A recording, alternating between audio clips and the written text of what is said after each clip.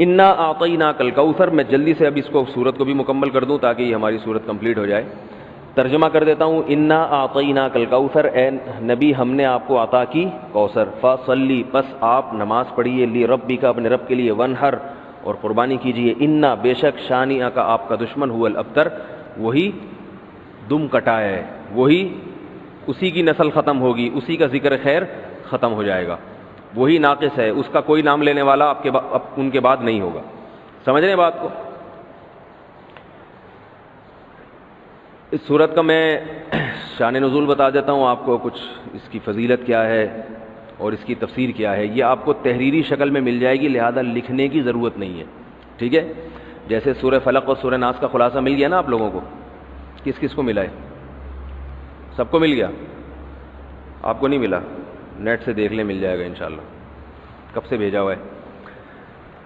اس کے بعد اذا جاء نصر اللہ قل یا ایھا الکافرون، ان صورتوں کے بھی آپ کو خلاصے سورہ اخلاص کا مل جائے گا انشاءاللہ.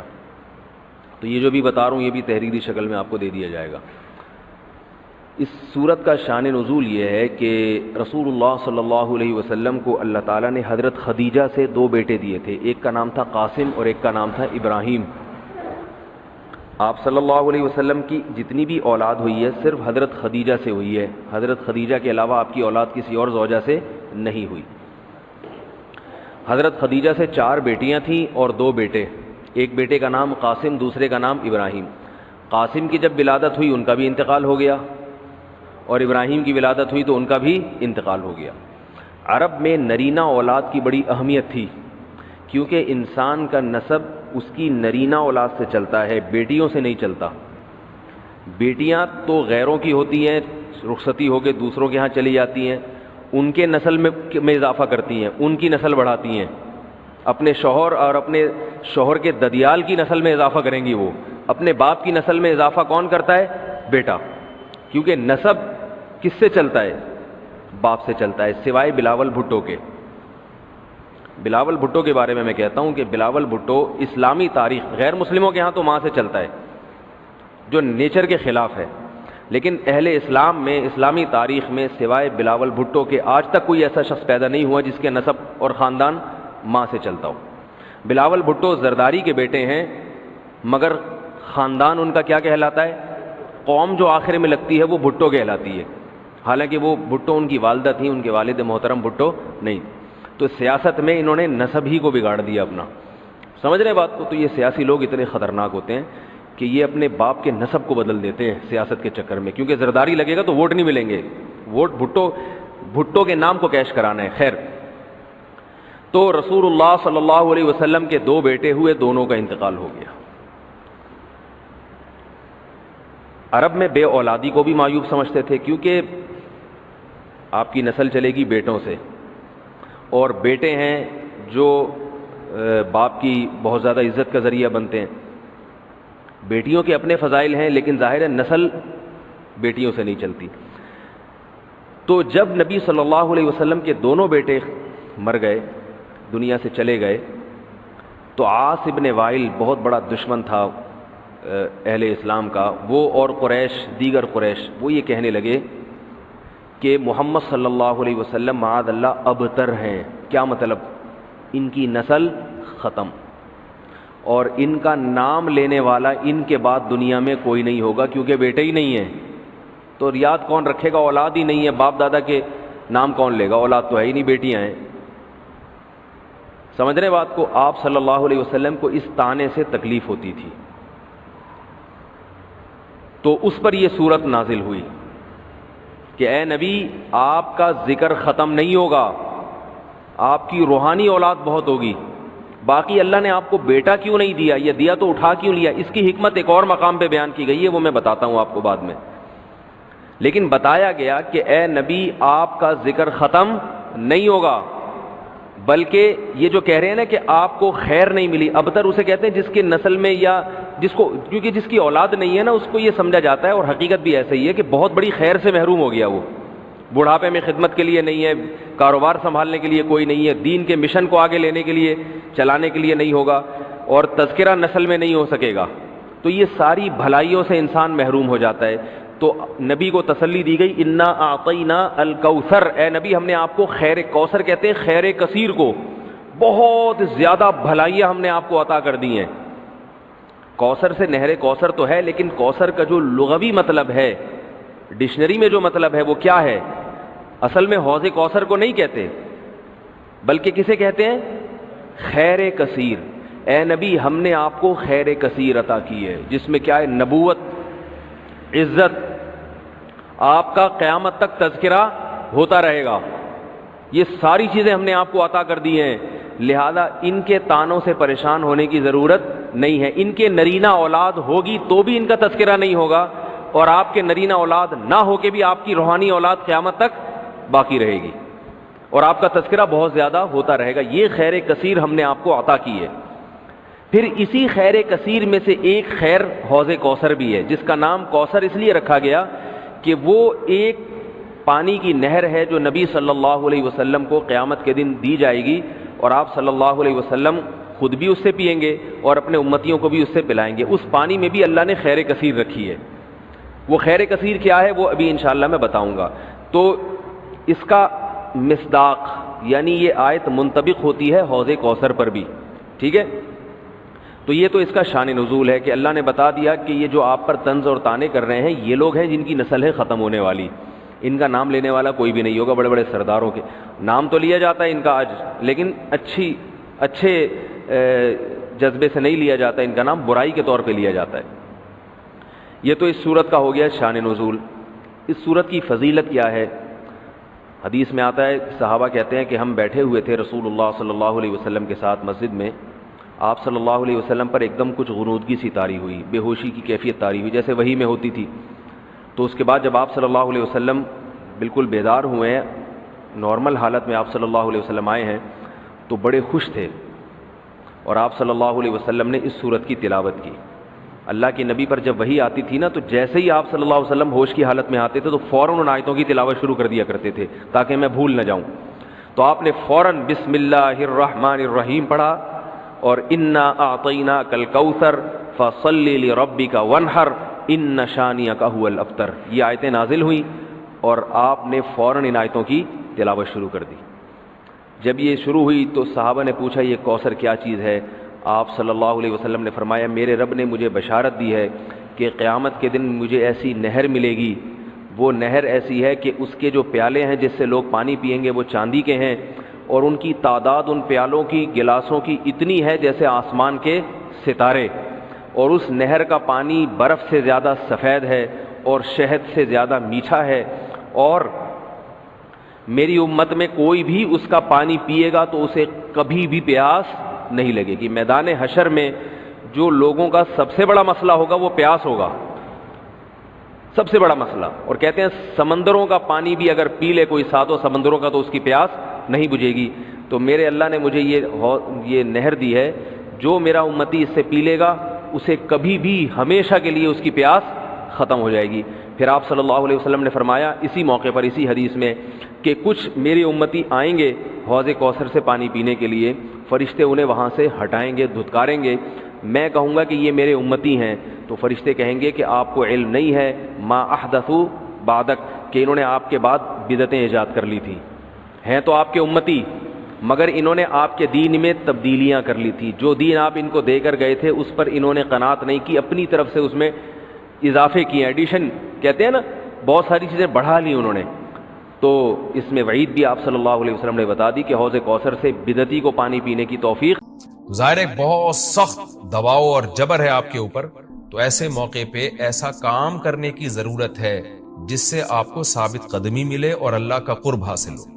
تو اس کا سب سے بہترین طریقہ قرآن کہتا ہے نماز ہے، یعنی اے نبی صلی اللہ علیہ وسلم آپ نماز کو مضبوطی سے تھامیے تاکہ آپ کو ثابت قدمی ملے، آپ کو اللہ کا قرب ملے، کیونکہ جس اللہ کے لیے کام کیا جا رہا ہے نا، جب تک اس اللہ سے رشتہ مضبوط نہیں ہوگا تو اس کام میں آپ ثابت قدم نہیں رہ سکتے، اور اللہ سے رشتہ مضبوط کرنے کا سب سے بڑا ذریعہ نماز ہے۔ اس لیے قرآن کہتا ہے اقیم الصلاۃ، آپ نماز قائم کیجئے، لدلوک الشمس، سورج کے ڈھلنے کے وقت۔ سورج کب ڈھلتا ہے؟ جب بالکل بلندی پہ جا کے ڈھلنا شروع ہوتا ہے تو ظہر کا وقت شروع ہوتا ہے، الی غسق اللیل، رات کے اندھیروں تک۔ یعنی اس میں 4 نمازیں آ گئی. سورج جب ڈھلتا ہے نا بالکل بلندی پر ہوتا ہے, تھوڑا سا ڈھلتا ہے ظہر کا وقت, مزید ڈھلان پیدا ہوتی ہے عصر کا وقت, مزید ڈھلتا ہے مغرب کا وقت, اور پھر الی غسق اللیل سورج تو غائب ہو جاتا ہے مغرب کے بعد, پھر رات کے اندھیرے میں یعنی عشاء کا وقت. وقرآن الفجری اور فجر کے وقت میں, فجر کی تلاوت کے وقت میں. تو قرآن میں اشارہ کر دیا کہ اصل تلاوت کا وقت ہے ہی فجر کا. آج بعض اماموں کو ہم نے دیکھا فجر میں بڑی مختصر تلاوت کرتے ہیں, یہ بالکل غلط ہے. سنت ہے فجر میں طوال مفصل یعنی سورہ حجرات سے لے کے سورہ بروج تک کی جو لمبی لمبی صورتیں ان کو تلاوت کیا جائے. تو فجر کے قرآن کے وقت بھی آپ نماز قائم کیجئے. ان قرآن الفجری, بے شک فجر کا جو قرآن ہے, فجر میں جو تلاوت ہے, کانا مشہودا, اس میں حاضر ہوتے ہیں. کون حاضر ہوتے ہیں؟ حدیث سے پتہ چلتا ہے فرشتے. فجر کا وقت اتنا مبارک وقت ہے جب اس میں امام صاحب قرات کرتے ہیں اور لوگ ہاتھ باندھ کے پیچھے امام کی قرات سنتے ہیں, ایک خاص سکینت نازل ہوتی ہے اللہ کی طرف سے, اور فرشتے بھی اس تلاوت میں نازل ہوتے ہیں. صحیح حدیث سے یہ بات ثابت ہے کہ فرشتے جو تبدیل ہوتے ہیں نا ان کے آنے جانے کا وقت اور فجر اور عصر میں ہے. وہ جو فجر میں فرشتے آتے ہیں انسان کی حفاظت کے لیے, لہو معقبات من بین یدیہ ومن خلفہ یحفظونہ من امر اللہ. بہت ساری مخلوق اس کائنات میں ایسی ہے جہاں تک سائنس نہیں پہنچی, اور ہو سکتا ہے قیامت تک پہنچ ہی نہ سکے. وہ انسان کی عقل سے بالاتر ہے وہ مخلوق, اور یہ بھی ممکن ہے پہنچ جائے سائنس ترقی کر کے. وہ مخلوق انسان کو نقصان پہنچانے کی کوشش کرتی ہے. تو اس مخلوق سے بچانے کے لیے, جن میں جنات ہیں سر فہرست, ان سے بچانے کے لیے اللہ نے فرشتوں کا انتظام کیا ہے. تو حدیث میں آتا ہے صبح و شام, قرآن سے بھی یہ بات ثابت ہے, صبح و شام فرشتوں کی باریاں چینج ہوتی ہیں اور وہ ہماری حفاظت کے لیے اللہ کی طرف سے متعین ہوتے ہیں. تو ان کی جو حاضری ہے ان فرشتوں کی وہ فجر کے وقت میں ہوتی ہے. اور یہ بھی حدیث سے ثابت ہے کہ بہت سے فرشتے صرف تلاوت سننے کے لیے زمین پہ اترتے ہیں. تہجد کے بارے میں حدیث میں آتا ہے کہ جب کوئی شخص تہجد میں قرآن کی تلاوت کرتا ہے تو فرشتے آنا شروع ہوتے ہیں اور اس کے جو ہے نا لبوں پہ اپنے منہ کو رکھ لیتے ہیں اس کی تلاوت کو چکھنے کے لیے. اتنا فرشتوں کو لطف محسوس ہوتا ہے تہجد کی تلاوت میں. اور پھر وہ تانتا بناتے بناتے جو ہے نا ایک دوسرے پہ سوار ہوتے ہوتے آسمان کی بلندیوں تک پہنچ جاتے ہیں. تو فجر کی نماز میں بھی یہ فضیلت ہے. تو آگے اللہ فرماتے ہیں کہ اللہ نے فجر کی نماز کی فضیلت کو بیان کیا. آگے اللہ فرماتے ہیں وَمِنَ اللَّيْلِ, یہ تو 5 نمازیں ہو گئیں, یہ تو ساری امت پہ فرض ہیں, لیکن رات کے کچھ حصے میں فَتَہَجَّدْ بِهِ کا مطلب اس حصے میں آپ نے تہجد پڑھنی ہے, نافلۃ لک, اے محمد صلی اللہ علیہ وسلم یہ آپ کے لیے اضافہ ہے. کیا مطلب؟ یا تو نبی صلی اللہ علیہ وسلم پہ 6 نمازیں فرض تھیں, یعنی 5 فرض کے علاوہ تہجد بھی فرض تھی, تو اس لیے قرآن نے کہہ دیا کہ امت پہ تو 5 فرض ہیں نافلۃ لک, لیکن یہ تہجد آپ کے لیے اضافی ہے, یعنی آپ پر 6 نمازیں فرض ہیں. ایک مطلب تو یہ بھی ہو سکتا ہے. اور جو علماء اس کے قائل ہیں کہ نہیں نبی پر تہجد فرض نہیں تھی, تو ان کے نزدیک اس آیت کی تفسیر یہ ہوگی کہ یہ آپ کے لیے ایک اضافہ ہے اللہ کے قرب حاصل کرنے کا. یعنی 5 نمازیں تو پڑھنی ہی پڑھنی ہے, لیکن آپ اللہ کے قرب کے لیے ایک اضافی چیز بھی آپ کو دی جا رہی ہے تاکہ آپ کے درجات اور زیادہ بلند ہو. تو ایسی صورت میں یہ صرف نبی کے ساتھ خاص نہیں ہے, کیونکہ خطاب نبی سے چل رہا ہے اس لیے اللہ نے کہہ دیا آپ کے لیے اضافہ, ورنہ حقیقت میں پوری امت کے لیے یہ اضافہ ہے. آگے اللہ فرماتے ہیں عسیٰ ان یبعثک ربک, امید ہے کہ آپ کو آپ کا رب پہنچا دے مقام محمود تک. یہ مقام محمود کیا ہے؟ شفاعت کبریٰ, یعنی تمام پیغمبر نبی کے پاس آئیں گے کہ آپ سفارش سے آغاز کریں, یعنی سفارش کا آغاز آپ سے ہوگا, پھر آپ صلی اللہ علیہ وسلم سفارش کریں گے. تو یہ ایک سب سے اونچا مقام ہے جو اللہ قیامت کے دن رسول اللہ صلی اللہ علیہ وسلم کو دے گا, اور جس سے آپ کی تمام پیغمبروں پر فضیلت ثابت ہو جائے گی کہ جب تک آپ کی طرف سے شفاعت کی ابتدا نہیں ہوگی کوئی اور پیغمبر سفارش نہیں کریں گے. تو اللہ نبی صلی اللہ علیہ وسلم کو تسلیاں دے رہا ہے کہ یہ مشرکین کا جو آپ کے اوپر بے پناہ دباؤ ہے, جبر ہے, آپ اس میں تسلی رکھیے, آپ نماز قائم کریں اور تہجد کی پابندی کریں, اللہ نے آپ کو بہت بڑا آگے چل کے مقام دینا ہے. تو چونکہ نبی صلی اللہ علیہ وسلم بھی بشر تھے نا, مشرکین کے دباؤ کی وجہ سے آپ بھی ایک پریشانی میں آتے تھے, تو اس لیے اللہ آپ کو ثابت قدم رکھنے کے لیے آپ صلی اللہ علیہ وسلم کو یہ خوشخبریاں سنا رہا ہے کہ آپ نے اپنا اس عمل کو فوکس کرنا ہے, نماز اور تہجد کو, تاکہ آپ کا اللہ سے قرب رہے. اور اللہ آپ کو خوشخبری دے رہا ہے کہ امید ہے آپ کا رب آپ کو بہت بڑے مقام تک پہنچا دے. رہا مسئلہ مشرکین کی دھمکیوں کا کہ یہ پوری کوشش کر رہے ہیں کہ آپ کو مکہ سے نکال دیں, تو ہم نے تو بتا دیا کہ یہ خود بھی نہیں پنپ پائیں گے, لیکن آپ نے اللہ سے کیا دعا مانگنی ہے؟ وقر ربی, کہہ دیجئے اے میرے رب, ادخلنی مدخل صدق, مجھے مکہ میں داخل کیجئے مرغوب داخلہ, اچھا داخلہ. اور مجھے مکہ سے نکالیے بھی اچھے طریقے سے، یعنی اچھا نکلنا ہو میرا، ایسا نکلنا جس کے نتائج اچھے ہوں۔ اس میں اشارہ ہے کہ آپ صلی اللہ علیہ وسلم کو مکہ سے نکالنے پر مجبور کیا جائے گا، اور ایک وقت آئے گا کہ آپ مکہ سے نکلیں گے۔ تو اللہ اپنے حبیب صلی اللہ علیہ وسلم کو پہلے سے دعا سکھا رہے ہیں کہ آپ اللہ سے دعا مانگے، اللہ جب میں نکلوں تو میرا داخلہ بھی اچھے طریقے سے ہو اور میرا نکلنا بھی اچھے طریقے سے ہو، یعنی پسندیدہ نکلنا ہو۔ سوال پیدا ہوتا ہے نکلنے کا عمل تو پہلے ہے اور مکہ میں داخلے کا عمل بعد میں، تو نکلنے کا تذکرہ پہلے ہونا چاہیے کہ اللہ مکہ سے مجھے اچھی طریقے سے نکال، اور مکہ میں مجھے داخل بھی اچھے طریقے سے کرنا، تو داخلے کا تذکرہ پہلے کیوں؟ اس میں بلاغت کا ایک نقطہ ہے کہ پیغمبر کا بنیادی مقصد وہ ہدف ہے جو پیغمبر دنیا میں لے کے آئے ہیں، تو اس کی آغاز تو مکہ سے کرنا ہے جس میں آپ کو بھیجا گیا، جو ابراہیم علیہ السلام کا شہر ہے، جہاں بیت اللہ ہے، اسلام کا مرکز تو اس جگہ سے بننا ہے۔ تو اس جگہ سے اگر نکالنا ہی مقصد ہے تو یہ جگہ تو رہ گئی نا پھر جو ابراہیم علیہ السلام کا مرکز اور ابراہیم علیہ السلام کی دعائیں تھیں۔ تو اس لیے اصل مقصد تو یہ کہ مکہ میں داخل میں اچھے طریقے سے ہوں، جو پیغمبر کا مقصد تھا دنیا میں آنے کا، مکہ فتح کر کے داخل ہوں، یہاں مجھے غلبہ ملے، اور یہاں میرا جب داخلہ ہو تو ایسا داخلہ جس کو میں پسند کروں۔ یہ جو ابھی میں مکہ میں کہیں سفر سے جا کے واپس آتا ہوں، یہ داخلہ وہ داخلہ نہیں ہے جو میں چاہتا ہوں۔ تو چونکہ مکہ سے نکلنا مقصد نہیں ہے، نکالا اس لیے جا رہا ہے تاکہ داخلہ ایک طاقت کے ساتھ ہو اور اچھے طریقے سے داخلہ ہو، اس لیے اس داخلے کا تذکرہ پہلے کیا جا رہا ہے۔ ہاں وہ داخلہ اس وقت تک ممکن نہیں ہے جب تک مکہ سے ایک دفعہ آپ کا خروج نہ ہو، تاکہ مدینہ میں ریاست بنے اور آپ 10,000 کا لشکر لے کر فاتحانہ انداز سے مکہ میں داخل ہوں، اور جس مقصد کے لیے اللہ نے آپ کو بھیجا تھا وہ مقصد پورا ہو۔ تو وہ مقصد نکلے بغیر پورا ہو نہیں سکتا، اس لیے نکلنے کا تذکرہ کر دیا، ورنہ اصل مقصد تو یہ ہے کہ اللہ میں مکہ سے نکلنا نہیں چاہتا، میں مکہ میں داخلہ چاہتا ہوں۔ داخلہ ایسا ہونا چاہیے مدخل صدق، سچا مرغوب داخلہ ہونا چاہیے۔ چنانچہ اللہ نے آپ کی دعا قبول کی، اور جب نبی مکہ میں داخل ہوئے نکلنے کے بعد تو کیسا بہترین آپ نے کا داخلہ ہوا کہ 10,000 کا لشکر لے کر آپ گئے، اور مشرکین مکہ آپ سے معافی کی بھیک مانگ رہے تھے۔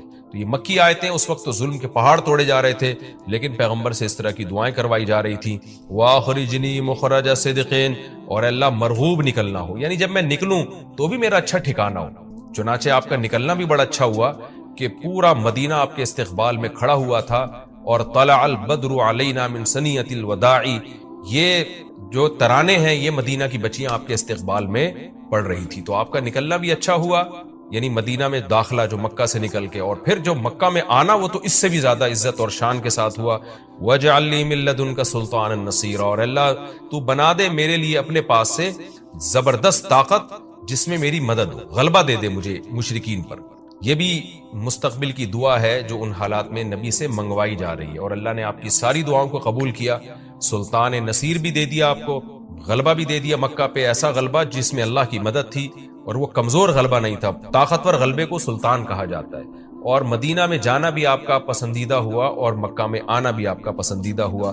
اور اے نبی آپ یہ بھی کہہ دیجئے جاء الحق، حق آ چکا ہے، وزہق الباطل، اور باطل فنا ہو چکا ہے۔ حالانکہ جس وقت یہ دعا منگوائی جا رہی تھی باطل فنا نہیں ہوا تھا، لیکن ماضی سے جب کسی چیز کو تعبیر کیا جاتا ہے تو یہ بتانے کے لیے گویا یہ کام ہو چکا ہے، حالانکہ ہوا نہیں، ہوگا، لیکن نبی کی زبان سے نکلوایا جا رہا ہے کہ آپ مشرکین میں اعلان کر دیں کہ بس یہ کام ہو چکا ہے، حق آ گیا، باطل ختم، اور یعنی ہوگا تو فیوچر میں، لیکن گویا ابھی ہو چکا ہے۔ اتنا یقینی ہے کہ میں تمہیں اس کی پہلے سے خبر دے چکا ہوں کہ باطل اب پنپنے نہیں پائے گا، کیونکہ حق اب آ چکا ہے۔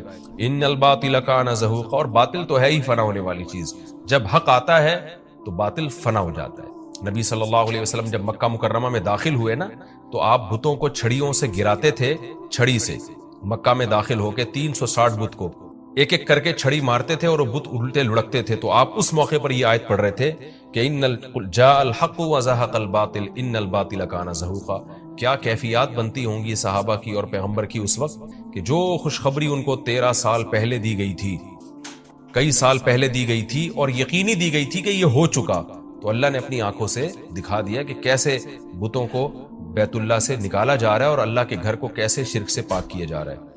وَنُنَزِّلُ مِنَ الْقُرْآنِ مَا هُوَ شِفَاءٌ وَرَحْمَةٌ لِّلْمُؤْمِنِينَ، اور قرآن کہہ رہے ہیں ہم قرآن نازل کرتے ہیں جس میں مومنین کے لیے شفا ہے، یعنی اے نبی آپ کی تسلی کے لیے اور بھی ہم بتائیں آپ کو کہ ہم یہ جو آیتیں نازل کر رہے ہیں نا، اس میں مومنین کو بھی شفا مل رہی ہے، ان کی اصلاح ہو رہی ہے شرک سے اور برے عقیدوں سے، اور مسلمانوں کے لیے یہ رحمت ہے، ان کو تسلیاں بھی مل رہی ہیں. وَلَا يَزِيدُ الظَّالِمِينَ إِلَّا خَسَارًا، اور ظالمین کے خسارے میں اضافہ ہو رہا ہے، کیونکہ ظالمین اس پر عمل نہیں کر رہے، حجت تمام ہو رہی ہے. وَإِذَا نَمْنَا عَلَى الْإِنسَانِ أَعْرَضَ وَنَأَىٰ بِجَانِبِهِ، قرآن کہتے ہیں ہم جب انسان پر احسان کرتے ہیں تو وہ اعراض کرتا ہے اور اپنے پہلو کو ہٹا دیتا ہے. نعمت ملنے کے بعد بجائے اللہ کے قریب ہونے کے اللہ سے دور ہوتا ہے. وَإِذَا مَسَّهُ الشَّرُّ، اور جب انسان کو کوئی مصیبت پہنچتی ہے كَانَ يَئُوسًا، تو مایوس ہونے لگتا ہے. یعنی انسان کے بارے میں شکایت کی جا رہی ہے کہ اس کا اللہ پر ایمان نہیں ہے. پیغمبر کا مقصد ہے اللہ سے جوڑنا. تو یہ جو مشرکین ہیں جو اللہ کو نہیں مانتے، یہ خوشیوں میں بھی اللہ کو بھولتے ہیں اور غم میں بھی اللہ کو بھولتے ہیں. اسباب کو دیکھتے ہیں، لہٰذا جب اسباب کو آپ دیکھتے ہو اور پریشانی آتی ہے تو اسباب بتا رہے ہوتے ہیں پریشانی دور نہیں ہو سکتی، تو مایوس ہونے لگتے ہیں، ڈپریشن میں جاتے ہیں. اور جب خوشی آتی ہے تو اپنا کمال سمجھتے ہیں، لہذا اترانے لگتے ہیں اور خدا سے دور ہو جاتے ہیں. تو اے نبی ان سے کہہ دیجئے کُلٌّ یعملُ علی شاکلتہ، ہر شخص اپنی نیچر کے مطابق عمل کر رہا ہے. اچھے لوگ کیا کرتے ہیں کہ جب انہیں خوشی ملتی ہے تو شکر ادا کرتے ہیں، اور غم آتا ہے تو مایوس نہیں ہوتے، ان کو پتہ ہے غم اللہ دور کر سکتا ہے. فَرَبُّكُمْ أَعْلَمُ، تمہارا رب خوب جانتا ہے بِمَنْ هُوَ أَهْدَىٰ سَبِيلًا، کون ان دونوں فریقوں میں سیدھے راستے پر چل رہا ہے. جو غموں میں مایوس ہو اور خوشیوں میں اترانے لگے، خدا سے دور ہو جائے، وہ گمراہی والے راستے پر ہے. اور جو خوشیوں میں اللہ کے قریب آئے، شکر ادا کرے، اور غموں میں بھی اللہ کے قریب آئے کہ غم کو اللہ ہی دور کر سکتا ہے، مایوس نہ ہو، یہ سیدھے راستے پر ہے. اللہ جاتے تو ظاہر ایک بہت سخت دباؤ اور جبر ہے آپ کے اوپر. تو ایسے موقع پہ ایسا کام کرنے کی ضرورت ہے جس سے آپ کو ثابت قدمی ملے اور اللہ کا قرب حاصل ہو. تو اس کا سب سے بہترین طریقہ قرآن کہتا ہے نماز ہے. یعنی اے نبی صلی اللہ علیہ وسلم، آپ نماز کو مضبوطی سے تھامیے تاکہ آپ کو ثابت قدمی ملے، آپ کو اللہ کا قرب ملے. کیونکہ جس اللہ کے لیے کام کیا جا رہا ہے نا، جب تک اس اللہ سے رشتہ مضبوط نہیں ہوگا تو اس کام میں آپ ثابت قدم نہیں رہ سکتے. اور اللہ سے رشتہ مضبوط کرنے کا سب سے بڑا ذریعہ نماز ہے.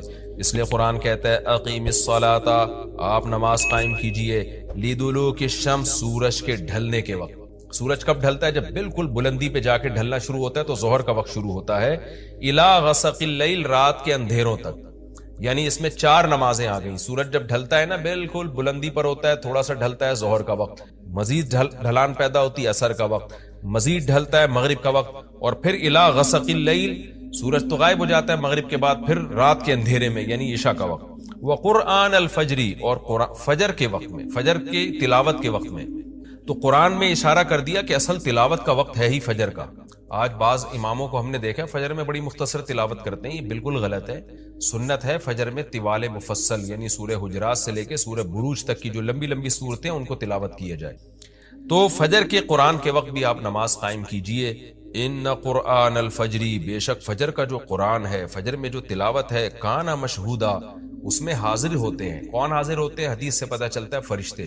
فجر کا وقت اتنا مبارک وقت ہے جب اس میں امام صاحب قرات کرتے ہیں اور لوگ ہاتھ باندھ کے پیچھے امام کی قرات سنتے ہیں. ایک خاص سکینت نازل ہوتی ہے اللہ کی طرف سے، اور فرشتے بھی اس تلاوت میں نازل ہوتے ہیں. صحیح حدیث سے یہ بات ثابت ہے کہ فرشتے جو تبدیل ہوتے ہیں نا، ان کے آنے جانے کا وقت اور فجر اور عصر میں ہے. وہ جو فجر میں فرشتے آتے ہیں انسان کی حفاظت کے لیے، لہو معقبات من بین یدیہ ومن خلفہ یحفظونہ من امر اللہ. بہت ساری مخلوق اس کائنات میں ایسی ہے جہاں تک سائنس نہیں پہنچی، اور ہو سکتا ہے قیامت تک پہنچ ہی نہ سکے. وہ انسان کی عقل سے بالاتر ہے وہ مخلوق، اور یہ بھی ممکن ہے پہنچ جائے سائنس ترقی کر کے. وہ مخلوق انسان کو نقصان پہنچانے کی کوشش کرتی. تو اس مخلوق سے بچانے کے لیے، جن میں جنات ہیں سر فہرست، ان سے بچانے کے لیے اللہ نے فرشتوں کا انتظام کیا. تو حدیث میں آتا ہے صبح و شام، قرآن سے بھی یہ بات ثابت ہے، صبح و شام فرشتوں کی باریاں چینج ہوتی ہیں اور وہ ہماری حفاظت کے لیے اللہ کی طرف سے متعین ہوتے ہیں. تو ان کی جو حاضری ہے ان فرشتوں کی، وہ فجر کے وقت میں ہوتی ہے. اور یہ بھی حدیث سے ثابت ہے کہ بہت سے فرشتے صرف تلاوت سننے کے لیے زمین پہ اترتے ہیں. تہجد کے بارے میں حدیث میں آتا ہے کہ جب کوئی شخص تہجد میں قرآن کی تلاوت کرتا ہے تو فرشتے آنا شروع ہوتے ہیں اور اس کے جو ہے نا لبوں پہ اپنے منہ کو رکھ لیتے ہیں اس کی تلاوت کو چکھنے کے لیے. اتنا فرشتوں کو لطف محسوس ہوتا ہے تہجد کی تلاوت میں. اور پھر وہ تانتا بناتے بناتے جو ہے نا ایک دوسرے پہ سوار ہوتے ہوتے آسمان کی بلندیوں تک پہنچ جاتے ہیں. تو فجر کی نماز میں بھی یہ فضیلت ہے. تو آگے اللہ فرماتے ہیں کہ اللہ نے فجر کی نماز کی فضیلت کو بیان کیا. آگے اللہ فرماتے ہیں وَمِنَ اللَّيْلِ، یہ تو 5 نمازیں ہو گئیں، یہ تو ساری امت پہ فرض ہیں، لیکن رات کے کچھ حصے میں فَتَہَجَّدْ بِهِ، بھی کا مطلب اس حصے میں آپ نے تہجد پڑھنی ہے نافلۃ لک اے محمد صلی اللہ علیہ وسلم، یہ آپ کے لیے اضافہ ہے۔ کیا مطلب؟ یا تو نبی صلی اللہ علیہ وسلم پہ 6 نمازیں فرض تھیں، یعنی 5 فرض کے علاوہ تہجد بھی فرض تھی، تو اس لیے قرآن نے کہہ دیا کہ امت پہ تو 5 فرض ہیں نافلۃ لک، لیکن یہ تہجد آپ کے لیے اضافی ہے، یعنی آپ پر 6 نمازیں فرض ہیں۔ ایک مطلب تو یہ بھی ہو سکتا ہے۔ اور جو علماء اس کے قائل ہیں کہ نہیں نبی پر تہجد فرض نہیں تھی، تو ان کے نزدیک اس آیت کی تفسیر یہ ہوگی کہ یہ آپ کے لیے ایک اضافہ ہے اللہ کے قرب حاصل کرنے، یعنی 5 نمازیں تو پڑھنی ہی پڑھنی ہے، لیکن آپ اللہ کے قرب کے لیے ایک اضافی چیز بھی آپ کو دی جا رہی ہے تاکہ آپ کے درجات اور زیادہ بلند ہو۔ تو ایسی صورت میں یہ صرف نبی کے ساتھ خاص نہیں ہے، کیونکہ خطاب نبی سے چل رہا ہے، اس لیے اللہ نے کہہ دیا آپ کے لیے اضافہ، ورنہ حقیقت میں پوری امت کے لیے یہ اضافہ ہے۔ آگے اللہ فرماتے ہیں عسیٰ ان یبعثک ربک، امید ہے کہ آپ کو آپ کا رب پہنچا دے مقام محمود تک۔ یہ مقام محمود کیا ہے؟ شفاعت کبریٰ، یعنی تمام پیغمبر نبی کے پاس آئیں گے کہ آپ سفارش سے آغاز کریں، یعنی سفارش کا آغاز آپ سے ہوگا، پھر آپ صلی اللہ علیہ وسلم سفارش کریں گے۔ تو یہ ایک سب سے اونچا مقام ہے جو اللہ قیامت کے دن رسول اللہ صلی اللہ علیہ وسلم کو دے گا، اور جس سے آپ کی تمام پیغمبروں پر فضیلت ثابت ہو جائے گی کہ جب تک آپ کی طرف سے شفاعت کی ابتدا نہیں ہوگی کوئی اور پیغمبر سفارش نہیں کریں گے۔ تو اللہ نبی صلی اللہ علیہ وسلم کو تسلیاں دے رہا ہے کہ یہ مشرکین کا جو آپ کے اوپر بے پناہ دباؤ ہے، جبر ہے، آپ اس میں تسلی رکھیے، آپ نماز قائم کریں اور تہجد کی پابندی کریں، اللہ نے آپ کو بہت بڑا آگے چل کے مقام دینا۔ تو چونکہ نبی صلی اللہ علیہ وسلم بھی بشر تھے نا، مشرکین کے دباؤ کی وجہ سے آپ بھی ایک پریشانی میں آتے تھے، تو اس لیے اللہ آپ کو ثابت قدم رکھنے کے لیے آپ صلی اللہ علیہ وسلم کو یہ خوشخبریاں سنا رہا ہے کہ آپ نے اپنا اس عمل کو فوکس کرنا ہے، نماز اور تہجد کو، تاکہ آپ کا اللہ سے قرب رہے، اور اللہ آپ کو خوشخبری دے رہا ہے کہ امید ہے آپ کا رب آپ کو بہت بڑے مقام تک پہنچا دے۔ رہا مسئلہ مشرکین کی دھمکیوں کا کہ یہ پوری کوشش کر رہے ہیں کہ آپ کو مکہ سے نکال دیں، تو ہم نے تو بتا دیا کہ یہ خود بھی نہیں پنپ پائیں گے، لیکن آپ نے اللہ سے کیا دعا مانگنی ہے؟ وَقُلْ رَبِّ، کہہ دیجئے اے میرے رب، ادخلنی مدخل صدق، مجھے مکہ میں داخل کیجئے مرغوب داخلہ، اچھا داخلہ، اور مجھے مکہ سے نکالیے بھی اچھے طریقے سے، یعنی اچھا نکلنا ہو میرا، ایسا نکلنا جس کے نتائج اچھے ہوں۔ اس میں اشارہ ہے کہ آپ صلی اللہ علیہ وسلم کو مکہ سے نکالنے پر مجبور کیا جائے گا، اور ایک وقت آئے گا کہ آپ مکہ سے نکلیں۔ تو اللہ اپنے حبیب صلی اللہ علیہ وسلم کو پہلے سے دعا سکھا رہے ہیں کہ آپ اللہ سے دعا مانگے، اللہ جب میں نکلوں تو میرا داخلہ بھی اچھے طریقے سے ہو اور میرا نکلنا بھی اچھے طریقے سے ہو، یعنی پسندیدہ نکلنا ہو۔ سوال پیدا ہوتا ہے نکلنے کا عمل تو پہلے ہے اور مکہ میں داخلے کا عمل بعد میں، تو نکلنے کا تذکرہ پہلے ہونا چاہیے کہ اللہ مکہ سے مجھے اچھی طریقے سے نکال، اور مکہ میں مجھے داخل بھی اچھے طریقے سے کرنا، تو داخلے کا تذکرہ پہلے کیوں؟ تو اس میں بلاغت کا ایک نقطہ ہے کہ پیغمبر کا بنیادی مقصد وہ ہدف ہے جو پیغمبر دنیا میں لے کے آئے ہیں، تو اس کی آغاز تو مکہ سے کرنا ہے جس میں آپ کو بھیجا گیا، جو ابراہیم علیہ السلام کا شہر ہے، جہاں بیت اللہ ہے، اسلام کا مرکز تو اس جگہ سے بننا ہے۔ تو اس جگہ سے اگر نکالنا ہی مقصد ہے تو یہ جگہ تو رہ گئی نا پھر جو ابراہیم علیہ السلام کا مرکز اور ابراہیم علیہ السلام کی دعائیں تھی۔ تو اس لیے اصل مقصد تو یہ کہ مکہ میں داخل میں اچھے طریقے سے ہوں، جو پیغمبر کا مقصد تھا دنیا میں آنے کا، مکہ فتح کر کے داخل ہوں، یہاں مجھے غلبہ ملے، اور یہاں میرا جب داخلہ ہو تو ایسا داخلہ جس کو میں پسند کروں۔ یہ جو ابھی میں مکہ میں کہیں سفر سے جا کے واپس آتا ہوں، یہ داخلہ وہ داخلہ نہیں ہے جو میں چاہتا ہوں۔ تو چونکہ مکہ سے نکلنا مقصد نہیں ہے، نکالا اس لیے جا رہا ہے تاکہ داخلہ ایک طاقت کے ساتھ ہو اور اچھے طریقے سے داخلہ ہو، اس لیے اس داخلے کا تذکرہ پہلے کیا جا رہا ہے۔ ہاں وہ داخلہ اس وقت تک ممکن نہیں ہے جب تک مکہ سے ایک دفعہ آپ کا خروج نہ ہو، تاکہ مدینہ میں ریاست بنے اور آپ 10,000 کا لشکر لے کر فاتحانہ انداز سے مکہ میں داخل ہوں، اور جس مقصد کے لیے اللہ نے آپ کو بھیجا تھا وہ مقصد پورا ہو۔ تو وہ مقصد نکلے بغیر پورا ہو نہیں سکتا، اس لیے نکلنے کا تذکرہ کر دیا، ورنہ اصل مقصد تو یہ ہے کہ اللہ میں مکہ سے نکلنا نہیں چاہتا، میں مکہ میں داخلہ چاہتا ہوں۔ داخلہ ایسا ہونا چاہیے مدخل صدق، سچا مرغوب داخلہ ہونا چاہیے۔ چنانچہ اللہ نے آپ کی دعا قبول کی، اور جب نبی مکہ میں داخل ہوئے نکلنے کے بعد تو کیسا بہترین آپ نے کا داخلہ ہوا کہ 10,000 کا لشکر لے کر آپ گئے، اور مشرکین مکہ آپ سے معافی کی بھیک مانگ رہے تھے۔ تو یہ مکی آیتیں اس وقت تو ظلم کے پہاڑ توڑے جا رہے تھے، لیکن پیغمبر سے اس طرح کی دعائیں کروائی جا رہی تھیں، وَأَخْرِجْنِي مُخْرَجَ صِدْقٍ، اور اللہ مرغوب نکلنا ہو، یعنی جب میں نکلوں تو بھی میرا اچھا ٹھکانہ ہو۔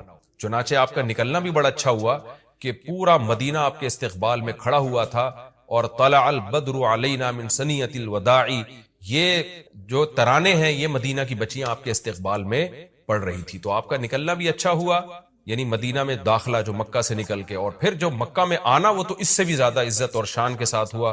وَاجْعَلْ لِي مِن لَّدُنْكَ سُلْطَانًا نَصِيرًا، اور اللہ تو بنا دے میرے لیے اپنے پاس سے زبردست طاقت جس میں میری مدد ہو، غلبہ دے دے مجھے مشرکین پر. یہ بھی مستقبل کی دعا ہے جو ان حالات میں نبی سے منگوائی جا رہی ہے، اور اللہ نے آپ کی ساری دعاؤں کو قبول کیا. سلطان نصیر بھی دے دیا آپ کو، غلبہ بھی دے دیا مکہ پہ، ایسا غلبہ جس میں اللہ کی مدد تھی، اور وہ کمزور غلبہ نہیں تھا. طاقتور غلبے کو سلطان کہا جاتا ہے. اور مدینہ میں جانا بھی آپ کا پسندیدہ ہوا، اور مکہ میں آنا بھی آپ کا پسندیدہ ہوا. اور اے نبی آپ یہ بھی کہہ دیجئے جاء الحق، حق آ چکا ہے، وزہق الباطل، اور باطل فنا ہو چکا ہے. حالانکہ جس وقت یہ دعا منگوائی جا رہی تھی باطل فنا نہیں ہوا تھا، لیکن ماضی سے جب کسی چیز کو تعبیر کیا جاتا ہے تو یہ بتانے کے لیے گویا یہ کام ہو چکا ہے، حالانکہ ہوا نہیں، ہوگا. لیکن نبی کی زبان سے نکلوایا جا رہا ہے کہ آپ مشرکین میں اعلان کر دیں کہ بس یہ کام ہو چکا ہے، حق آ گیا، باطل ختم. اور یعنی ہوگا تو فیوچر میں، لیکن گویا ابھی ہو چکا ہے. اتنا یقینی ہے کہ میں تمہیں اس کی پہلے سے خبر دے چکا ہوں کہ باطل اب پنپنے نہیں پائے گا، کیونکہ حق اب آ چکا ہے. ان الباطل کان زہوقا، اور باطل تو ہے ہی فنا ہونے والی چیز. جب حق آتا ہے تو باطل فنا ہو جاتا ہے. نبی صلی اللہ علیہ وسلم جب مکہ مکرمہ میں داخل ہوئے نا، تو آپ بتوں کو چھڑیوں سے گراتے تھے، چھڑی سے.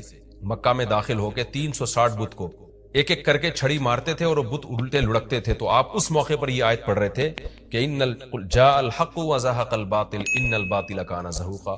کیا کیفیات بنتی ہوں گی صحابہ کی اور پیغمبر کی اس وقت کہ جو خوشخبری ان کو 13 سال پہلے دی گئی تھی، کئی سال پہلے دی گئی تھی، اور یقینی دی گئی تھی کہ یہ ہو چکا، تو اللہ نے اپنی آنکھوں سے دکھا دیا کہ کیسے بتوں کو بیت اللہ سے نکالا جا رہا ہے، اور اللہ کے گھر کو کیسے شرک سے پاک کیا جا رہا ہے. وَنُنَزِّلُ مِنَ الْقُرْآنِ مَا هُوَ شِفَاءٌ وَرَحْمَةٌ لِّلْمُؤْمِنِينَ، اور قرآن کہہ رہے ہیں ہم قرآن نازل کرتے ہیں جس میں مومنین کے لیے شفا ہے. یعنی اے نبی آپ کی تسلی کے لیے اور بھی ہم بتائیں آپ کو کہ ہم یہ جو آیتیں نازل کر رہے ہیں نا، اس میں مومنین کو بھی شفا مل رہی ہے، ان کی اصلاح ہو رہی ہے شرک سے اور برے عقیدوں سے، اور مسلمانوں کے لیے یہ رحمت ہے، ان کو تسلیاں بھی مل رہی ہیں. وَلَا يَزِيدُ الظَّالِمِينَ إِلَّا خَسَارًا، اور ظالمین کے خسارے میں اضافہ ہو رہا ہے، کیونکہ ظالمین اس پر عمل نہیں کر رہے، حجت تمام ہو رہی ہے. وَإِذَا نَمْنَا عَلَى الْإِنسَانِ أَعْرَضَ وَنَأَىٰ بِجَانِبِهِ، قرآن کہتے ہیں ہم جب انسان پر احسان کرتے ہیں تو وہ اعراض کرتا ہے اور اپنے پہلو کو ہٹا دیتا ہے. نعمت ملنے کے بعد بجائے اللہ کے قریب ہونے کے اللہ سے دور ہوتا ہے. وَإِذَا مَسَّهُ الشَّرُّ، اور جب انسان کو کوئی مصیبت پہنچتی ہے كَانَ يَئُوسًا، تو مایوس ہونے لگتا ہے. یعنی انسان کے بارے میں شکایت کی جا رہی ہے کہ اس کا اللہ پر ایمان نہیں ہے. پیغمبر کا مقصد ہے اللہ سے جوڑنا. تو یہ جو مشرکین ہیں جو اللہ کو نہیں مانتے، یہ خوشیوں میں بھی اللہ کو بھولتے ہیں اور غم میں بھی اللہ کو بھولتے ہیں، اسباب کو دیکھتے ہیں. لہٰذا جب اسباب کو آپ دیکھتے ہو اور پریشانی آتی ہے تو اسباب بتا رہے ہوتے ہیں پریشانی دور نہیں ہو سکتی، تو مایوس ہونے لگتے ہیں، ڈپریشن میں جاتے ہیں. اور جب خوشی آتی ہے تو اپنا کمال سمجھتے ہیں، لہذا اترانے لگتے ہیں اور خدا سے دور ہو جاتے ہیں. تو اے نبی ان سے کہہ دیجئے کل یعمل علی شاکلتی، ہر شخص اپنی نیچر کے مطابق عمل کر رہا ہے. اچھے لوگ کیا کرتے ہیں کہ جب انہیں خوشی ملتی ہے تو شکر ادا کرتے ہیں، اور غم آتا ہے تو مایوس نہیں ہوتے، ان کو پتہ ہے غم اللہ دور کر سکتا ہے.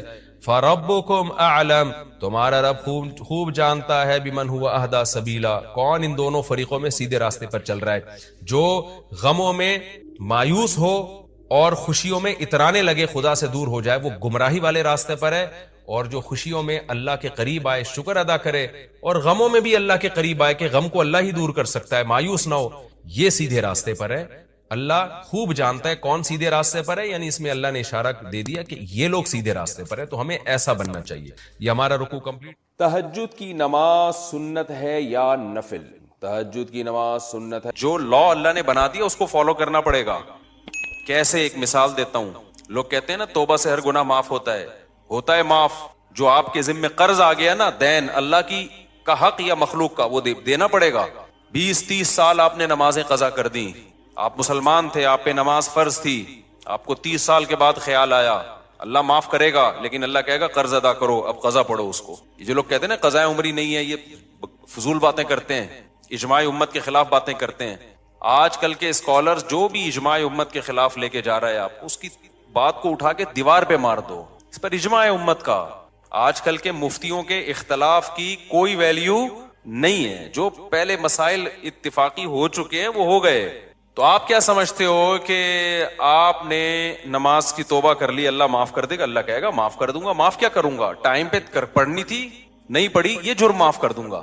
لیکن جو دین آپ کے ذمے ہے وہ کوئی مفتی یا مذہبی اسکالر معاف نہیں کر سکتا. اس میں ہمارے پاس اللہ کی طرف سے دلیل ہوگی. یہ لوگ جو کہتے ہیں نا قضائے عمری کی کوئی دلیل دو, ان سے بولو معافی کی دلیل دو آپ, کہ بغیر پڑھے نمازیں معاف ہو جاتی ہیں. تم کہاں سے اللہ کی طرف ایک ایسی چیز کی نسبت کر دیتے ہو جس کا اللہ نے کوئی ذمہ داری نہیں لی ہے؟ کتنا بڑا جرم کیا, نماز کو ساقط کر دیا بغیر کسی دلیل کے. ہے بھائی, دیکھو جس کا حق ہے اس کو حق ہے نا کہ وہ ساقط کر دے. مثال سے بات سمجھاتا ہوں. آپ نے مجھ سے 1,00,000 روپے لیے اور پی گئے. آپ نے کہا تھا 1 مہینے بعد دوں گا. بھائی یہ بچوں کو خاموش کروائیں اوپر, ٹھیک ہے؟ آپ نے مجھ سے 1,00,000 روپے قرض لیے. قرض کس کا تھا؟ میرا. آپ نے کہا 1 مہینے بعد دوں گا. آپ 1 مہینے بعد نہیں دے رہے, ترسا رہے ہیں, تڑپا رہے ہیں. 6 مہینے گزر گئے, مجھے بہت غصہ آ رہا ہے کہ آجا, پکڑائی میں آئے گا تو نہیں چھوڑوں گا میں تجھے. اور میں نے کہا اب تو 6 مہینے بعد لے کے بھی آئے گا نا, پیسے تو لوں گا لیکن سزا دوں گا تجھے, کیونکہ تو نے اتنا ڈیلے کیوں کیا. آپ نے سوری کر لی 6 مہینے بعد کہ یار معافی چاہتا ہوں یار. اب جب آپ نے سوری کی ہے, میں نے کہا چلو بھائی اب یہ قرض لے آئے گا, اب میں اس پہ غصہ نہیں ہوں گا کیونکہ میں نے اس کو معاف کر دیا. یہ جو ڈیلے کیا نا معاف کر دیا. تیسرا بندہ اٹھ کے اس کو جا کے کہتا ہے اب تو پیسے نہ دے, اب تو پیسے مفتی صاحب کے پیسے نہ دے. اگلا کہتا ہے بھائی کیوں نہیں دوں, ایک تو میں نے ڈیلے کیا, اب بھی میں نہ دوں.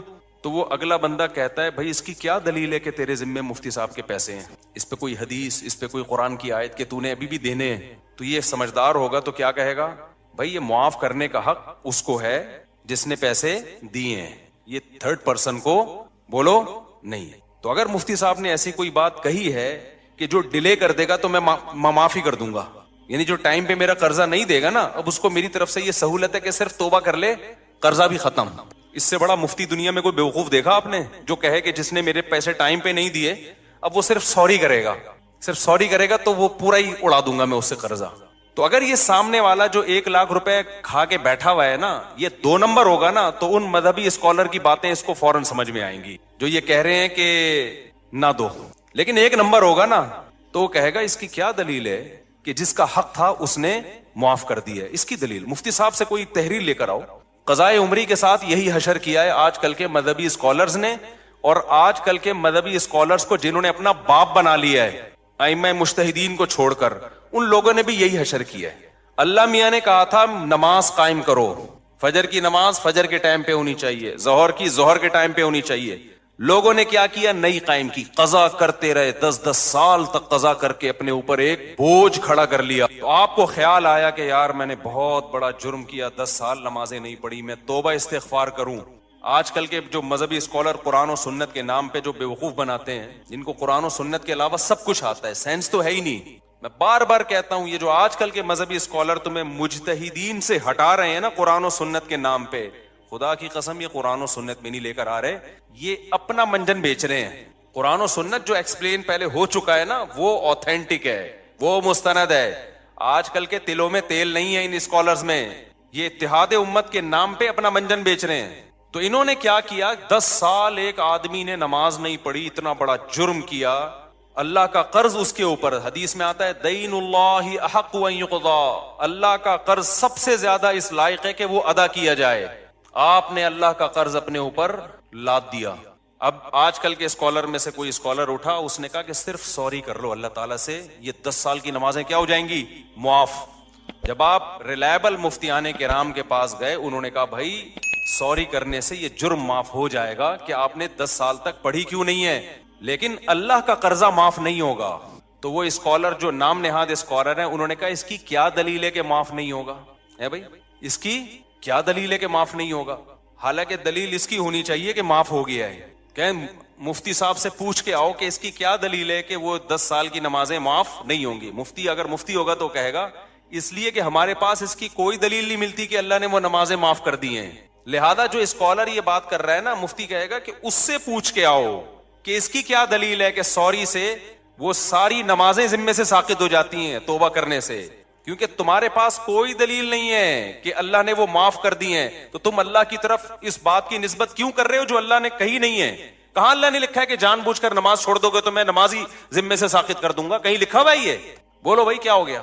کہیں ہے قرآن میں حدیث میں کہ جو 10 سال چھوڑے گا تو خالی سوری سے اس کا قرضہ معاف کر دوں گا؟ آپ خود قانون ساز بن گئے ہو. لوگ کہتے ہیں کہ جی حرج بہت ہے 10 سال کی نمازیں پڑھنے میں، اور اسلام میں تنگی نہیں ہے. حرج جب ہے جب 10 سال کی نمازیں ایک دن میں ہو. 10 سال کی نمازیں 10 سال میں کر لو بھائی. 1 کروڑ روپے لے کے کوئی بندہ پی گیا نا، روزانہ پیسے لے رہا تھا بٹوے سے نکال کے، کھربوں روپے جمع ہو گئے. تو جب تک جس کے پیسے چرائے ہیں وہ معاف نہ کرے اور آپ کے پاس دلیل نہ ہو کہ اس نے معاف کر دی ہیں، کیا وہ کروڑوں روپے معاف ہوں گے اس بیس پہ کہ یہ حرج ہے ان کروڑوں کے ادا کرنے میں؟ کورٹ یہ کہہ دے گی کہ بھائی تھوڑے تھوڑے کر کے پے کر دو، ایک دم نہ دو. ذمے سے ساقط کر دینا یہ آج کل کے مذہبی اسکالر کی بہت بڑی جرت ہے، جو انہوں نے کس کی طرف نسبت کر دی؟ بغیر کسی دلیل کے کس کی طرف نسبت کر دی؟ اللہ کی طرف. اور ایسے جاہل ہیں، مطالبہ ہم سے کرتے ہیں کہ قرآن حدیث سے دلیل لے کر آؤ کہ 10 سال کی نمازیں قضا کرنا لازم ہے. بھائی جس نے معاف کی ہیں آپ اس سے دلیل لے کر آؤ. کہاں اللہ نے لکھا ہے کہ میں نے معاف کر دی؟ قرضہ اللہ کا ہے اور معاف کون کر رہے ہیں؟ آج کل کے اسکالر. خوف بھی نہیں آتا خدا کا ان لوگوں کو، شرم بھی نہیں آتی. سمجھتے ہو کہ نہیں سمجھتے ہو؟ اور جب میں جذباتی ہوتا ہوں نا تو آج کل کے کچھ اسکالرز نے میرے خلاف مضمون لکھنا شروع کر دیا. مفتی صاحب کچھ ٹاپکس ایسے ہیں جس میں اعتدال سے ہٹ جاتے ہیں. ایسے مضامین اب بعض لوگوں نے میرے بارے میں لکھنا شروع کر دیے. یعنی یہ وہ لوگ ہیں جو میرے معتقد ہیں لیکن کہتے ہیں کچھ ٹاپکس ایسے ہیں جس میں مفتی صاحب حد اعتدال سے بولو ہٹ جاتے ہیں. ایک عاملوں کے بارے میں مفتی صاحب حد اعتدال سے تجاوز کر لے، سارے عامل غلط، یہ تھوڑا مفتی صاحب زیادتی. ایک 3 طلاق کے مسئلے میں نے کہا نا کہ اگر کوئی اہل حدیث سے فتویٰ لے کے بیوی کو رکھ لے گا وہ زنا ہی ہے، بیوی حلال نہیں ہوگی. لوگ کہتے ہیں مفتی صاحب یہ تھوڑی کیا ہو رہی ہے؟ زیادتی. اتنا بھی سختی نہ. میں بتاتا ہوں ابھی. تیسرا یہ مسئلہ قضائے عمری. قضائے عمری ساقط نہیں ہوتی ذمے سے، اجماع امت کے خلاف ہے. یہ کوئی دلیل نہیں ہے. نماز سے بڑھ کر اسلام میں کوئی حکم بولو نہیں ہے. کسی مذہبی اسکالر نے فتویٰ دے دیا نا 10 سال کی نمازیں، اس سے بولو یہ تو نے فرض کی ہیں یا اللہ نے فرض کی ہیں؟ اللہ نے معاف کر دی ہیں، بتا بھائی اس کی کیا دلیل ہے تیرے پاس؟ قرضہ اللہ کا ہے اور معاف کوئی پروفیسر صاحب کر رہے ہیں یا کوئی اسکالر کر رہا ہے آج کا. اور چوتھی عدالتی خلا. میں جب کہتا ہوں نا عدالتی خلا، جو آج کا جو قانون گورنمنٹ میں بنا ہوا ہے یہ بالاجماع باطل ہے. اس پہ بھی کچھ اسکالر نے میرے خلاف لکھنا شروع کر دیا کہ مفتی صاحب خلا کے مسئلے میں بھی ایکچولی تھوڑا سا کیا ہو رہے ہیں، کنٹرول سے باہر. اتنا بھی نہیں ہے. ٹاپک سے ہٹ کے میں تھوڑا ان چاروں کو تھوڑا ایکسپلین کر دوں تاکہ پتہ چلے کہ یہ ایکسٹریم لیول پہ نہیں ہوں، میں اعتدال پہ ہوں. دیکھو اعتدال کسے کہتے ہیں؟ جو چیز جیسی ہے اس کو ویسا رکھنا. ایک چیز کالی ہے نا، ایک آدمی کہہ رہا ہے یہ سفید ہے، میں کہوں یہ دھک کالی ہے بھائی، اتنی کالی ہے کہ اندھیرے میں نظر ہی نہیں آئے گی. لوگ کہیں مفتی صاحب تھوڑا اعتدال سے کام لیں. وہ جب کہہ رہا ہے سفید ہے، آپ جب کہہ رہے ہیں کہ کالی ہے، تو بیچ کا کوئی پیلا رنگ کہہ دیں آپ اس کو، تو یہ اعتدال ہوگا؟ یہ جھوٹ ہوگا. بھائی جب 100% بلیک ہے، کسی بھی زاویے سے دیکھو بلیک ہے، تو اس کو بلیک کہنا ہی اعتدال ہے. تو یہ جو خلا کا مسئلہ ہے نا، خلا کا ابھی ایک نیا کلپ آیا ہے کہ میرے خلاف پھر کسی نے، پرانی عادت ہے ان کو چین نہیں آتا جب تک میری ویڈیو لگا کے ری ایکشن نہ کرے نا. تو میں نے یہ عدالتی خلا کا کہا یہ جھوٹ ہے، بکواس ہے. اس کی بیس پہ اگر کوئی عورت کہیں اور نکاح کرتی ہے وہ زنا ہے، وہ نکاح نہیں ہے. چند کنڈیشن ایسی ہیں جس میں ہم اس خلا کو معتبر مانتے ہیں، وہ ہیں، وہ تو میں بتا چکا ہوں. چند کنڈیشن ایسی ہیں، لیکن علی الاطلاق کورٹ کے پاس یہ حق ہو جائے کہ عورت جب جائے کورٹ اس کو خلا کی ڈگری پکڑا دے. جیسے کہ لا یہی ہے، لا تو پاکستان میں نا، حضرت ویڈیو نہ بنائے، جو پاکستان میں لا ہے نا وہ یہی ہے کہ جج پابند ہے کہ وہ خلا دے گا.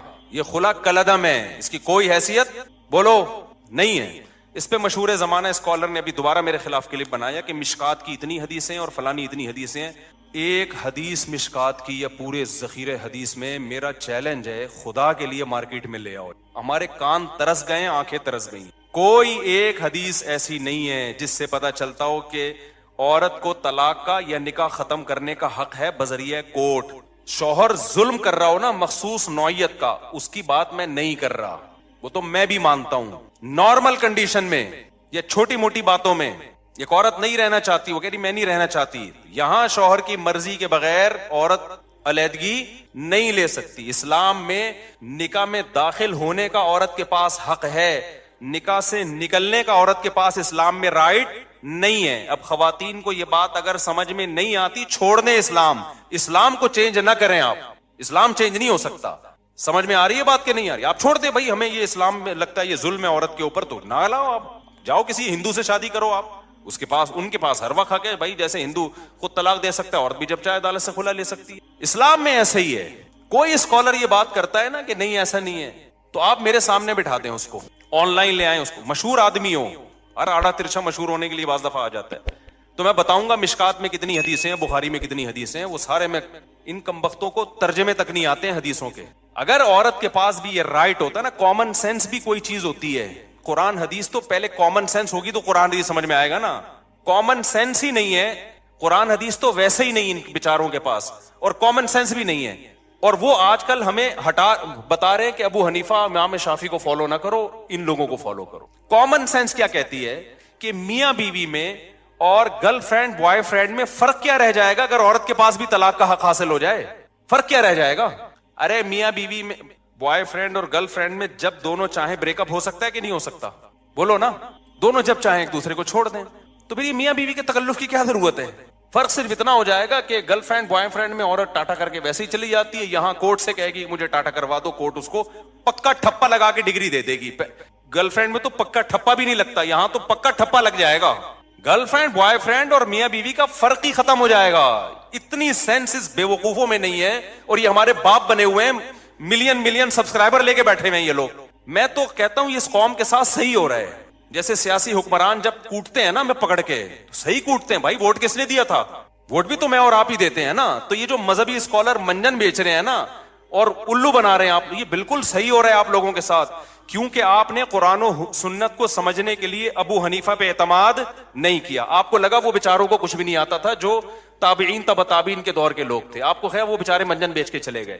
آپ نے امام شافعی پہ اعتماد نہیں کیا جن کو کروڑوں لوگوں نے فالو کیا ہے، آپ نے کہا ان کو نہیں پتا تھا. آپ نے امام مالک پہ اعتماد نہیں کیا، آپ نے امام احمد بن حنبل پہ اعتماد نہیں کیا. جب اتنے بڑے بڑے فقہا پہ آپ نے اعتماد نہیں کیا تو اللہ نے آپ کو ان منجنوں کے حوالے کر دیا ہے کہ یہ منجن بیچیں گے اور تم کیا کرو گے؟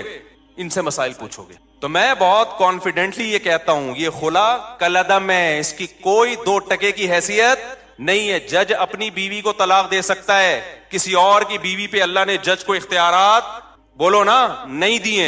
اب خواتین کو یہ پسند نہ آئے تو چھوڑ دیں اسلام کو.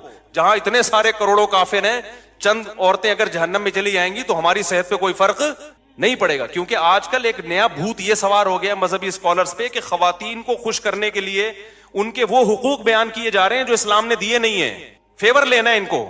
جیسے کہہ دیا نا عورت پہ ساس کی خدمت نہیں ہے، شوہر کی خدمت نہیں ہے. ابے نہ وہ بچے پیدا کر رہی ہے، نہ وہ شوہر کی خدمت کرے گی، نہ وہ ساس کی خدمت کرے گی. کمانا اس پہ ویسے ہی لازم نہیں ہے، تو وہ پیڑے کھانے کے لیے آئی ہے گھر میں. کیا ایسی بات کرتے ہو جو تم اپنی بیوی پہ منطبق نہیں کر سکتے؟ تمہاری بیویاں کیسے گھروں میں رہتی ہیں؟ نہ وہ تمہاری ماں کی خدمت کریں گی، نہ تمہاری خدمت کریں گی، نہ بچے تو ویسے ہی پیدا نہیں ہو رہے. ایک آدھ ہوتا ہے اس کے بعد بڑھ گیا، بچوں کا پروگرام سارا کیا ہو گیا؟ بڑھ گیا. وہ بات کرو جو تم خود سوسائٹی میں اپنے اوپر جھیل سکتے ہو. تمہاری ماں تمہاری بیوی کو کہہ رہی ہے پانی پلاؤ، اور تمہاری بیوی آگے سے کہتے ساس کی خدمت کچھ پہ واجب نہیں ہے. تمہاری غیرت کہاں چلی جائے گی اس وقت؟ سمجھ میں آ رہا ہے کہ جاپان سے آیا ہوں، غصے میں ہوں، کیونکہ وہاں میں نے خاندانی نظام دیکھا ہے تباہ ہوتے ہوئے. یہ نہیں قسم کے لوگ وہاں بھی براڈ مائنڈیڈ پیدا ہوئے، بیڑا ہی غرق کر دیا پورے سسٹم کا. جو اسلام نے عورت کو حقوق دیے ہیں وہ بڑے خاندانی حقوق ہیں. ان حقوق کی بات کرو بھائی جو حقوق اسلام نے دیے ہیں. اسلام نے یہ کہیں نہیں کہا کہ تمہاری بیوی نہ تمہاری ماں کی خدمت کرے گی، نہ تمہاری روٹی پکا کے کھلائے گی. اسلام نے کہا ہے بھائی خرچہ تمہارے ذمے. نبی صلی اللہ علیہ وسلم نے محبت سکھائی ہے اپنی زوجہ کی کہ جہاں سے امی عائشہ برتن سے منہ لگا کے پانی پیتی وہیں سے آپ بھی محبت کا اظہار کرتے. کبھی آپ نے اپنی بیویوں کو مارا پیٹا نہیں ہے، ہاتھ نہیں اٹھایا، برداشت کیا. اونچ نیچ ہر گھر میں ہوتی ہے. اپنے ساتھ سفر میں لے کے جاتے تھے، دعوت میں لے کے جاتے تھے. یہ حقوق ہیں جو اسلام نے دیے. یہ والے دو بھائی تم کیا سکھا رہے ہو ان کو کہ جب منہ اٹھائے وہ عدالت میں جاری ہے؟ کیوں عورت نے، اسلام نے عورت کو رائٹ دیا خلا کا. عورت کو جو خلا کا رائٹ دیا ہے، خلا ایک ایگریمنٹ ہے. رائٹ کا مطلب یہ کہ عورت اگر یہ نہیں رہنا چاہتی تو شوہر سے ڈیورس کا مطالبہ کر سکتی ہے مہر کی معافی پہ، کہ میں مہر چھوڑتی ہوں مجھے طلاق دے دو. اس مہر چھوڑ کے طلاق لینے کو خلا کہا جاتا ہے. یہ ایگریمنٹ ہے. جب تک شوہر راضی نہیں ہوگا یہ ایگریمنٹ دونوں طرف سے ہوتا ہے. یہ قرآن سے بھی پتہ چلتا ہے، حدیث سے بھی پتہ چلتا ہے، بخاری مسلم. اور یہ جو اسکالر نے کہہ دیا نا کہ مشکات پر اتنی حدیثیں ہیں، میرا چیلنج ہے ایک حدیث آپ ترجمہ کر کے بتا دو جس سے آپ کا والا خلا جو آپ ثابت کرنا چاہتے ہو وہ ثابت ہو جائے. تو میں جب کسی پہ اتنا مضبوط دعویٰ کر رہا ہوں نا تو پھینک نہیں رہا ہوتا میں بیٹھ کے یہاں. سمجھ میں آ رہی ہے بات؟ ایک دوسری بات عاملوں کے بارے میں. ابھی ہمارے ایک دوست ہیں حضرت کیا نام ہے، مجھ سے جونیئر ہیں اگرچہ کافی وہ، لیکن کافی پازیٹو کام کر رہے ہیں، مفتی رشید احمد خورشید صاحب ہیں، مجھ سے عالم نہیں ہے بھائی، اس کا علم دین سے تعلق نہیں ہے، سمجھ رہے ہو؟ علماء سے وہ چیزیں پوچھیں جن کا دین کے علم سے تعلق ہے، نکاح طلاق کے مسائل، وراثت کے مسائل، عامل صحیح ہوتے ہیں غلط ہوتے ہیں، یہ قرآن و سنت کا مسئلہ نہیں ہے، یہ مشاہدے کا مسئلہ ہے۔ ان کی عمر کم ہے، میرے تجربہ زیادہ ہے، ہم نے ایک بھی نہیں دیکھا ڈھنگ کا، بہت تلاش کیا، اور میں جو کہتا ہوں وہ سارے 2 نمبر ہوتے ہیں، اس کا مطلب یہ نہیں ہے سارے برے ہوتے ہیں، ان میں کچھ نیک بھی ہوتے ہیں، تھوڑے سے نیک بھی ہوتے ہیں، لیکن اوپر کی سیٹنگ ان کی خراب ہوتی ہے، پاگل ہوتے ہیں، عملیات کر کر کے کھوپڑی خراب ہو جاتی ہے، ان کو جن چڑیل بھوت اس لیے نظر آتے ہیں کیونکہ کھوپڑی کام نہیں کر رہی ہوتی، آپ کی کھوپڑی کام کر رہی ہوتی ہے، آپ ان کے پاس بیٹھتے ہو تو تھوڑے دن میں آپ کی کھوپڑی بھی کیا ہو جاتی ہے، آؤٹ، پھر آپ کہتے ہو یار میں بھی جب حضرت جی کے پاس گیا تھا ایک چڑیل انہوں نے مجھے دکھائی، وہاں سے بھوت دکھایا، ابے وہ کچھ بھی نہیں دکھا رہا، وہ خود پاگل ہے، وہ خود دماغ خراب ہو گیا اس کا پلیتوں میں پڑھ کے، تم کیوں پاگل ہو رہے ہو؟ اس کے پاس جانے سے پہلے کبھی تمہیں یہ نظر آتا تھا چڑیل اور بھوت تمہیں نظر آتے تھے کبھی؟ تو یہ منجن ہمارے سامنے، کسی عامل کے باپ میں دم ہے، آئے ایک جن چڑیل بھوت میرے سامنے لا کے دکھائے، بکواس ہے، یہ منجن ہے، میں اتنا کانفیڈنٹلی جب ان کے اور مفتی رشید احمد خورشید تو ہم سے بہت جونیئر ہیں، اس بارے میں اپنے اکابر کو نہیں مانتا، نہیں آ رہی میرا خیال ہے بات سمجھ میں اپنے بزرگوں کو نہیں مانتا اس بارے میں، آپ کہہ سکتے ہو اچھا آپ اپنے بزرگوں سے بھی آگے نکل گئے، بھائی میں میڈیکل سائنس سے اپنے بزرگ سے آگے جا سکتا ہوں، میں ڈرائیونگ میں اپنے بزرگ سے آگے جا سکتا ہوں، میں دین کے علم میں اپنے بزرگ سے آگے نہیں جا سکتا، دین کے علم کی جہاں بات ہوگی میں اپنے بزرگوں کے سامنے ہتھیار ڈالوں گا، بھائی ان کا علم ہمارے علم سے زیادہ، ان کا تقوی ہم سے زیادہ، عاملوں کا تعلق علم دین سے نہیں ہے، یہ عامل ہندو پنڈتوں میں مسلمانوں سے زیادہ ہوتے ہیں، پادریوں میں زیادہ ہوتے ہیں، جن چڑیل بھوت بھگانے والے، اس کا تعلق ہے مشاہدے سے، یہ الو بنانے کی مشینیں ہیں، خود کچھ بیوقوف بن چکے ہوتے ہیں تو منجن بیچ رہے ہوتے ہیں، تو یہ کانفیڈنٹلی کہہ رہا ہوں میں، کانفیڈنٹلی، ایسا نہیں ہے کہ ہوائی ایک دم صبح اٹھا تو عاملوں کے خلاف تقریر شروع کر دی، کوئی بھی ڈھنگ کا نہیں ہے، ان سے دور رکھو اپنے آپ کو، اور اگر نہیں رکھا نا تم نے، باتوں میں آ گئے کہ جی وہ حضرت جی ان کے، ابے میں نے بڑے بڑے بزرگوں کو دیکھا ہے کہ ان لوگوں نے الو بنایا ہے، مفتی رشید احمد خورشید تو بیچارے ابھی نئے آئے ہیں مارکیٹ میں، ہم نے بڑے بڑے بزرگوں کو دیکھا ہے، ان عاملوں نے ان کو الو بنا دیا، میں بزرگوں کا نام لینا مناسب نہیں سمجھتا، وہ پھر بے ادبی ہے، ورنہ بڑے بڑے بزرگوں کو ان لوگوں نے الو بنایا، آپ کس کھیت کی مولی ہو؟ ہاں کانفیڈنس ہونا چاہیے انسان میں، ان کو سمجھنے کے لیے تھوڑا سا اعتماد ہونا چاہیے، پھر ان کا پتہ چلتا ہے یہ بہت، اور یہ سعودی عرب کی مثالیں، اب امام کعبہ کو جن چڑیل بھوت، یہ منجن بہت ہم پہلے دیکھ چکے ہیں، میں نے بڑے بڑے بیوقوف دیکھے ہیں جو امام حرموں کے جا کے جن اتار رہے ہیں، وہ امام حرم کو بیوقوف بنا رہے ہوتے ہیں، آپ کہہ سکتے ہو وہ امام حرم بھی بیوقوف بن گئے، تو بھائی جب ان کی فیلڈ نہیں ہے تو بن سکتے ہیں وہ، یہ ہو نہیں سکتا کوئی ڈاکٹر امام حرم کو غلط ٹیکا لگا کے آ جائے، اس کا امام حرم سے کیا تعلق ہے؟ بھائی ڈاکٹر فراڈی تھا، اس نے غلط ٹیکا لگا دیا، یا اناڑی تھا، یعنی عاملوں کا منجن یہ ہر جگہ بک رہا ہے، اور اس میں جہاں بھی مذہبی، میں بھی جاپان گیا نا، وہاں جن چڑیل بھوت بالکل بھی نہیں تھے، مجھے کسی نے بتایا کہ حضرت ایسا نہیں ہے، یہاں بھی ہوتے ہیں، میں نے کہا یہ وہیں ہوتے ہوں گے جہاں ان کے مذہبی رہنما بیٹھتے ہوں گے، انہوں نے کہا بالکل ایسا ہی ہے، کیونکہ وہ بدھسٹ ہے نا، میں نے کہا جو ان کے مندروں میں جاتا ہے نا بدھسٹ، جاپانی سائنسدان جاتا ہوگا عبادت کرنے، اسی پہ جن بھی آئے گا، اسی پہ بھوت بھی، اسی پہ جاپانی چڑیلیں، کیونکہ یہ منجن چڑیل بھوت کا جادو ٹونے کا مذہبی طبقے میں بکتا ہے، چاہے وہ عیسائی ہو، چاہے وہ مسلمان ہو، چاہے وہ ہندو ہو، چاہے وہ بدھسٹ ہو، جو مذہبی نہیں ہے نا، سیکولر لوگ ہیں، ان میں یہ منجن بکتا نہیں ہے، نہیں آ رہی میرا خیال ہے بات سمجھ میں، کیونکہ جادو بہرحال برحق ہے، اب چونکہ مذہبی لوگوں کو ہے کہ ہے، اب اس امکان کی بیس پہ کوئی بھی الو بنا دے، مثال کے طور پر ایک بیماری ہے جس کا وجود ہی نہیں ہے، اس میں الو بنانا مشکل کام ہے، ایک بیماری ہے جو کروڑوں میں کسی ایک کو ہو سکتی ہے، اس میں ہو سکنے کی بیس پہ الو بنانا آسان ہو گیا کہ نہیں ہو گیا؟ تو اس بیس پہ کہ بھائی نبی پہ بھی تو